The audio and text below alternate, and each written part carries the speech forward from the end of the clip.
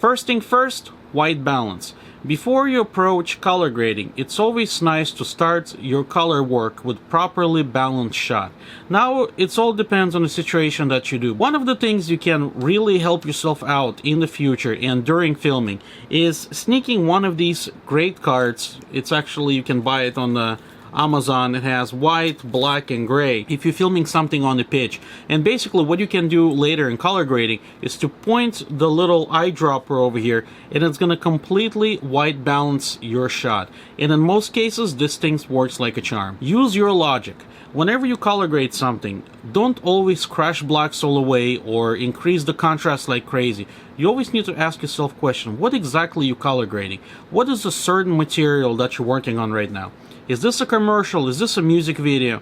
Is this some kind of a comedy? Each of those genres have a different approach how you color grading. Also, it depends on the wardrobe and where exactly it takes place. So don't just apply very same color grading techniques to every material that you do. If one scene have like very rich and saturated kind of blacks, that doesn't necessarily mean that you need to follow that very same technique across the whole film.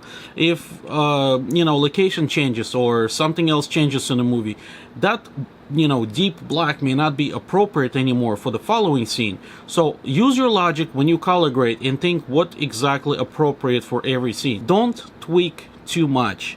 I know a lot of beginner colorists always do crazy colors, insane saturation, midtones orange, shadows blue, highlights green. Don't do this kind of stuff. The more professionals you're going to be, the less tweaking you're going to do. It's all about very minute adjustments. Don't tweak those things like insane, because essentially that kind of look is very cheap and amateur. And in the professional world, nobody ever going to hire you if you're going to be color grading like that. So tweak like you do a real life. Try to mimic real life colors and saturation and other kind of stuff. Don't do those funky, twilight, weird color schemes, because that's not how it actually works. Observe the real world. Go outside, take a look at the restaurant, take a look inside the park, go to the soccer field, and look how it looks in real life. So next time you're gonna approach color grading a similar lighting situation or play situation, kind of remember what it looks in real life. I know a lot of people, they not really color grading it based on how things look. They come up with a really weird, extra saturation, extra contrast. You don't need any of that. You want to always have the closest to the real life as possible. And of course, it depends on the situation, but a lot of times you always want to start your color grading with the cleanest, most natural look and kind of go from there. Walk away. When you start color grading, if you're not sure about the look or you don't know exactly what to do, don't just stare in front of the computer. Walk away. Take a walk, go have coffee, give yourself a break. For example, it happens to me many times, especially when I do photography. Sometimes I get very excited after photo shoot. I come home, I try to, edit it right away, and I notice in many cases I'm not really seeing the colors and the emotions clearly.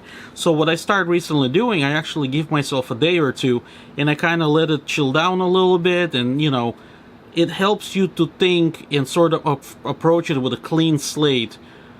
Because when you just come back from the shoot, or if you don't know exactly what you want to do, sometimes you're not really making the right decision. So walking away for a little bit is definitely help you to kind of process this thing in the back of your head and come up with a better solution.